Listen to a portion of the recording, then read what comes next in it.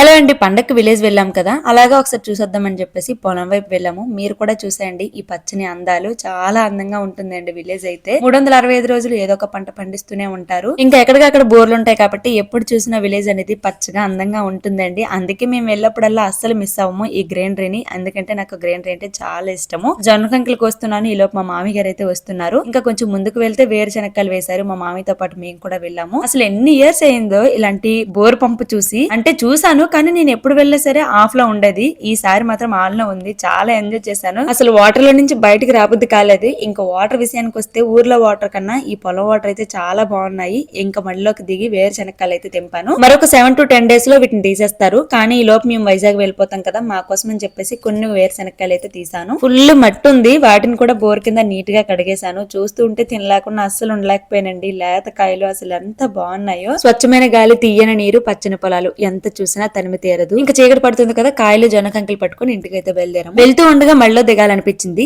మొక్కలు ఎంత దగ్గరకు ఉన్నాయి మీరే చూసారు కదా, ఆకులు కూడా చాలా షార్ప్ గా ఉంటాయి. దిగిన తర్వాత 2 సెకండ్లు కూడా ఉండలేకపోయాను, 2 అడుగులు కూడా ముందుకు వేయలేకపోయాను. అలాంటిది మనందరి కోసం ఇంతలా కష్టపడుతున్న రైతులందరికీ కూడా నా జోహార్లు. విలేజ్ కల్చర్ అంటే ఎవరికి ఇష్టం ఉండదు చెప్పండి. మరి తప్పకుండా ఒక లైక్ చేసి ప్లీజ్ సబ్స్క్రైబ్ చేయడం మర్చిపోవద్దు. Thank you.